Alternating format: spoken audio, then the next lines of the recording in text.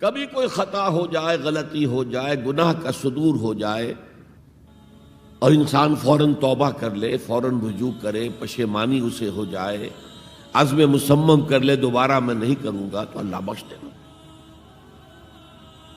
انما التوبۃ علی اللہ للذین یعملون السوء بجہالۃ ثم یتوبون من قریب، سورہ نساء میں فرمایا اللہ کے ذمے ہے ان لوگوں کی توبہ قبول کرنا۔ انما التوبۃ علی اللہ، اللہ کے ذمے ہے۔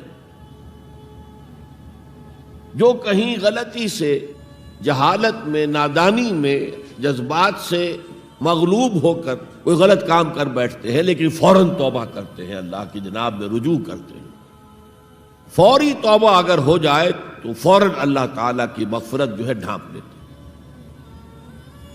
لیکن اگر مستقل طور پر کسی ایک معصیت پر بھی ڈیرا ڈال دیا جائے، مثلا آج کی دنیا میں جو بہت بہت کامن شے ہے، سود جسے اللہ نے حرام قرار دیا، جس پر اللہ کی طرف سے اعلان جنگ ہے، فَأَذَنُوا بِحَرْبٍ مِّنَ اللَّهِ وَرَسُولِهِ، تو سن لو، الٹیمیٹم ہے اللہ اور اس کے رسول کی طرف سے۔ اسے اپنے کاروبار کا مستقل جز بنا لیا تو ایک غلطی، ایک گناہ بھی انسان کو ہمیشہ کے لیے جہنم میں ڈال سکتا ہے۔ بلا من کسب سیئۃ واحاطت بہ خطیئتہ فاولئک اصحاب النار هم فیہا خالدون۔ کیوں نہیں؟ کسی نے جان بوجھ کر ایک بڑا گناہ کمایا، چھوٹے چھوٹے گناہ جو ہے، گناہ صغیرہ، وہ تو خود بخود بھی دھلتے رہتے ہیں، اللہ کی رحمت سے صاف ہوتے رہتے ہیں۔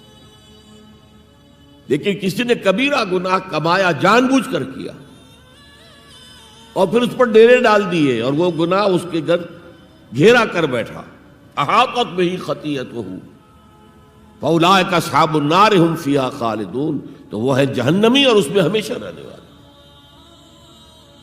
تو اطاعت اللہ کی، اطاعت رسول کی، یہ تو اسلام کا بنیادی مطالبہ ہے۔ اگر یہ بھی نہیں ہے تو پھر کچھ نہیں، اگر یہ نہیں تو بابا پھر سب کہانیاں۔ اب ذرا اس سے قدم اوپر اٹھیے، اطاعت کے ساتھ محبت۔ جب اللہ کی اطاعت کے ساتھ اللہ کی محبت جمع ہو جائے گی تو اس کا نام ہے عبادت۔ امام ابن تیمیہ رحمۃ اللہ علیہ کے جو شاگرد رشید ہیں، حافظ ابن قیم رحمۃ اللہ علیہ، انہوں نے عبادت کی ڈیفینیشن کی ہے۔ عبادت کیا ہے؟ العبادت تجمع اصلین، دو بنیادی چیزوں کو جمع کرنے سے عبادت وجود میں آتی ہے، غایت الحب وغایت الذل والخضوع، حد درجے کی اللہ کی محبت اور حد درجے میں اللہ کے سامنے گویا کہ پست ہو جانا، جھک جانا، بچھ جانا، انتہائی اطاعت، انتہائی محبت۔ انتہائی میں کیوں کہہ رہا ہوں؟ سورہ بقرہ کے 20ویں رکوع کی پہلی آیت ہے، والذین آمنوا اشد حبا للہ، اور جو لوگ صاحب ایمان ہوتے ہیں وہ شدید ترین ہوتے ہیں اللہ کی محبت میں۔ بعد میں یہ تو مثبت انداز ہے، منفی انداز میں جو آیت آئی ہے وہ بہت سخت وعید والی ہے، وہ میں بعد میں آپ کو سناؤں گا، تلاوت میں نے کی ہے۔ فارمولہ یہ ہے، اللہ کی اطاعت جمع شدید محبت برابر ہے عبادت کے، اور یہ عبادت جو ہے ہمارا مقصد تخلیق قرار دیا گیا۔ سورہ زاریات کی یہ آیت آپ میں سے حضرات کے علم میں ہوگی، وَمَا خَلَقْتُ الْجِنَّ وَالْإِنسَ إِلَّا لِيَعْبُدُونَ، میں نے جنوں اور انسانوں کو نہیں پیدا کیا مگر صرف اپنی عبادت کے لیے۔ یہ ہمارا مقصد تخلیق ہے۔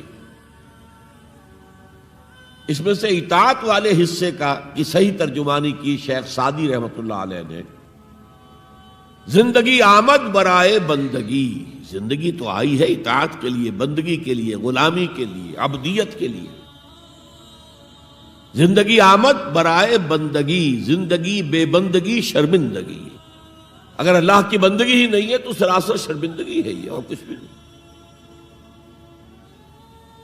تو اللہ تعالیٰ کی عبادت جس کے لیے ہمیں پیدا کیا گیا، اسی کی دعوت تمام رسولوں نے دی۔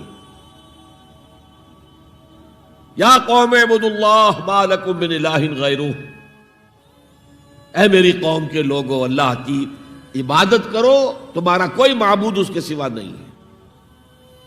حضرت نوح کی دعوت بھی یہی تھی، حضرت ہود کی بھی یہی تھی، حضرت صالح کی بھی یہی تھی، حضرت شعیب کی بھی یہی تھی۔ بس فرق کیا ہے کہ پہلے رسول آتے تھے اپنی اپنی قوموں کی طرف صرف، لہذا آپ کو ان رسولوں کے ضمن میں ملے گا یا قوم اعبدوا اللہ ما لکم من الہ غیرہ، اے میری قوم کے لوگو اللہ کی عبادت کرو، اللہ کی بندگی کرو، اللہ کی پرستش کرو، اسی کو اپنا محبوب اصلی بناؤ اور اس کے ہر حکم کی اطاعت کرو۔ یا قوم اعبدوا اللہ ما لکم من الہ غیرہ۔ نبی اکرم صلی اللہ علیہ وسلم پر آ کر، کیونکہ آپ کی بعثت ہے پوری نوع انسانی کے لیے، تو اب یا قومے کا لفظ نہیں رہا، یا ایھا الناس، اے لوگو، اے بنی نوع انسان، یا ایھا الناس اعبدوا ربکم الذی خلقکم والذین من قبلکم لعلکم تتقون، اے لوگو عبادت کرو، بندگی کرو، پرستش کرو اپنے اس رب کی جس نے تمہیں بھی پیدا کیا اور جو تم سے پہلے تھے ان کو بھی پیدا کیا، تاکہ تم بچ سکو۔ یہ کیوں کہا دوہرا کر تم سے پہلوں کو بھی پیدا کیا؟ اس لیے کہ اکثر و بیشتر گمراہ لوگ مشرکین کیا کہتے تھے اپنے رسولوں سے کہ ہم تو بس جی اپنے آباء و اجداد کے راستے پر چلیں گے، ما وجدنا علیہ آباءنا، جس طریقے پر، جس طرز عمل پر ہم نے اپنے آباء و اجداد کو پایا ہے ہم نے اسی پر چلنا ہے۔ تو واضح کر دیا تم بھی مخلوق ہو، وہ بھی مخلوق تھے، تم بھی انسان ہو، وہ بھی انسان تھے، تم سے بھی غلطی ہو سکتی ہے، ان سے بھی ہو سکتی تھی، لہذا یہ اصول نہیں ہے کہ جو بھی آباء و اجداد کی ریتیں ہیں، رسمیں ہیں، طریقے ہیں اور جو ان کے عقیدے ہیں انہی کو آپ لے کر چلیں، بلکہ آپ تو تلاش کریں صحیح عقیدہ کیا ہے، صحیح زندگی گزارنے کا طریقہ کیا ہے، اس کو اختیار کریں۔ یا ایھا الناس اعبدوا ربکم الذی خلقکم والذین من قبلکم لعلکم تتقون، تاکہ تم بچ جاؤ جہنم کی آگ سے۔